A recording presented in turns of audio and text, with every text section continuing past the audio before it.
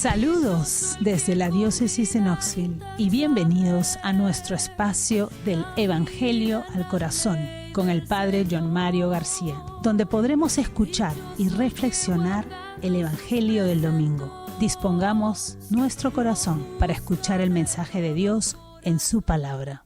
Pongámonos en las manos del Señor, en el nombre del Padre, del Hijo y del Espíritu Santo. Amén. Señor Jesús, te damos gracias porque nos reúnes una vez más para escuchar tu santo evangelio. Señor, tú nos pones frente a tu palabra. Ayúdanos a acercarnos a ella con reverencia, con atención, con humildad. Envíanos tu Santo Espíritu para que podamos recibirla con verdad, con sencillez, y así ella transforme nuestras vidas. Que tu palabra amorosa penetre en nosotros como espada, para que nuestro corazón, abierto, como el de la Santísima Virgen María, Madre tuya y Madre nuestra, escuche y guarde este precioso tesoro. Y así, como en ella la palabra se hizo carne, también en nosotros esta palabra tuya se transforme en buenas obras según tu voluntad. Amén. Lectura del Santo Evangelio según San Lucas, capítulo 1, versículo 1 al 4, capítulo 4, versículo 14 al 21. Muchos han tratado de describir la historia de las cosas que pasaron entre nosotros, tal como nos la transmitieron los que las vivieron desde el principio y que ayudaron en la predicación. Yo también, ilustre Teófilo, después de haberme informado minuciosamente de todo desde sus principios, pensé escribírtelo por orden para que veas la verdad de lo que se te ha enseñado. Después de que Jesús fue tentado por el demonio en el desierto, impulsado por el Espíritu, volvió a Galilea. Iba enseñando en las sinagogas, todos lo alababan, y su fama se extendió por toda la región. Fue también a Nazaret, donde se había criado. Entró en la sinagoga, como era su costumbre, a hacerlo los sábados, y se levantó para hacer la lectura. Se le dio el volumen del profeta Isaías, lo desenrolló y encontró el pasaje en que estaba escrito: El Espíritu del Señor está sobre mí, porque me ha ungido para llevar a los pobres la buena nueva, para anunciar la liberación a los cautivos y la curación a los ciegos, para dar la libertad a los oprimidos y proclamar el año de gracia del Señor. Enrolló el volumen, lo devolvió al encargado y se sentó. Los ojos de todos los asistentes a la sinagoga estaban fijos en él. Entonces comenzó a hablar diciendo: Hoy mismo se ha cumplido este pasaje de la Escritura que acaban de oír. Palabra del Señor. Gloria a ti, Señor Jesús. Queridos hermanos, en este día de hoy celebramos el tercer domingo del tiempo ordinario.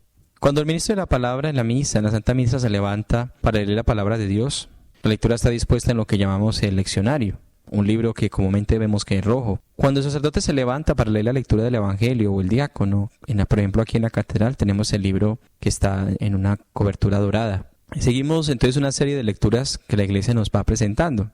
En el servicio de la sinagoga en tiempos de Jesús era principalmente una liturgia de la palabra.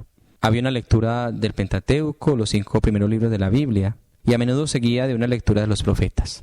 Las lecturas iban seguidas de una serie de oraciones, según la lectura del Evangelio de hoy. Cuando Jesús regresó a su ciudad natal, Nazaret, por primera vez después de comenzar su ministerio público, acudió a la sinagoga local el día sábado, igual que nosotros acudimos a la misa los santos domingos. Cuando le invitaron a leer la segunda lectura de los profetas, eligió una lectura para sí mismo, en lugar de una lectura establecida. Cuando le dieron el rollo del profeta Isaías, lo desenrolló deliberadamente hasta encontrar el pasaje que quería. Este pasaje en particular debía significar mucho para él. Resumía cómo entendía su misión. Como Isaías, Jesús sabía que el Espíritu de Dios, el Espíritu Santo, había venido sobre él. Lucas acababa de decirnos que después de su bautismo, mientras oraba, el Espíritu Santo descendió sobre él. El Espíritu le estaba dando poder para su misión. Jesús se dio cuenta de que el Espíritu Santo le empujaba hacia cierto tipo de personas, en particular lo que el pasaje de Isaías denominaba los pobres, los cautivos, los ciegos y los oprimidos. Jesús conoció que era sobre todo este grupo diverso el que necesitaba oír la buena noticia de que eran amados por Dios, que el favor de Dios descansaba sobre ellos y que Dios estaba trabajando para transformar sus vidas, trayéndoles sanación, integridad y liberación. En la época y el lugar de Jesús, solo una pequeña élite era muy rica. El grueso de la población habría sido considerada pobre. Podían encontrarse fácil y repentinamente dependientes de la generosidad de otras personas para sobrevivir. La persona de Lázaro, en una de las parábolas de Jesús, es un ejemplo extremo de los más pobres. Muchos estaban cautivos en el sentido de que eran esclavos de amos ricos o estaban encarcelados, esclavizados por las deudas. Los que eran ciegos, sordos, lisiados o sufrían alguna discapacidad eran pobres porque no podían trabajar. Podríamos pensar ahora la historia evangélica del ciego Bartimeo que mendigaba junto al camino. Muchas personas de la época de Jesús eran oprimidas, víctimas de la injusticia, como la viuda de la parábola de la viuda y el juez injusto. La palabra traducida como libertad en la lectura del Evangelio de hoy también tiene el significado de perdón. En otras partes del Evangelio de Lucas, proclamar la libertad a los cautivos también puede entenderse como llevar el perdón de Dios a quienes se consideraban pecadores y se sentían atrapados por estas constataciones. En este sentido, también podemos entender a los pobres como los pobres espirituales. En el resto del Evangelio de Lucas, Jesús se refiere a este grupo como los perdidos. Zaqueo era uno de los perdidos. Era muy rico, pero pobre espiritualmente. El hijo pródigo de aquella maravillosa parábola era rico. Su padre tenía muchas tierras y muchos criados. Sin embargo, era pobre espiritualmente. Estaba perdido. Jesús estaba diciendo en esta parábola una declaración bien hermosa de su misión, que ha venido a llevar el favor de Dios a todos los que más lo necesitan. A todos los que se sienten al límite por cualquier razón. Y en ese sentido, Jesús lo hace en su ministerio. Queridos hermanos, no hay otro texto en todos los evangelios que nos dé una idea más clara de cómo entendía Jesús su misión. En esta declaración de misión de Jesús hay un maravilloso y amplio abrazo. Todos estamos incluidos en este abrazo. Hay momentos de nuestras vidas en que nos sentimos pobres, cautivos, ciegos, perdidos, oprimidos de alguna manera. Es entonces cuando Jesús, el Señor resucitado, está especialmente cerca de nosotros. Podemos acudir a Él en nuestra debilidad, en nuestra vulnerabilidad y experimentar su favor siempre, su presencia que nos fortalece.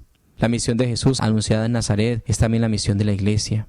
La Iglesia existe para hacer presente en el hoy, en nuestro mundo, de nuestra época, esa misión de Jesús que proclamó hace unos años. Una misión que proclama el favor de Dios, el amor liberador de Dios a todos los que lo necesitan. El Papa Francisco, el Santo Padre, declaró una vez: lo que más necesita la Iglesia hoy es la capacidad de curar heridas y de calentar los corazones de los fieles, de darles abrigo. Necesitan cercanía, proximidad.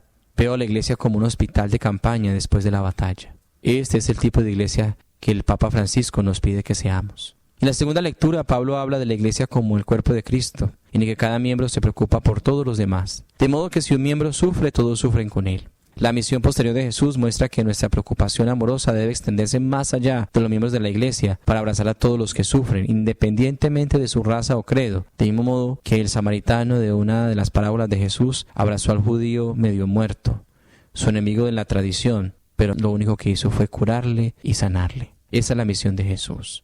Queridos hermanos, que nuestra mirada, que nuestros abrazos, que nuestras palabras sean siempre palabras abrazadoras, que acojan a todos sin distinción.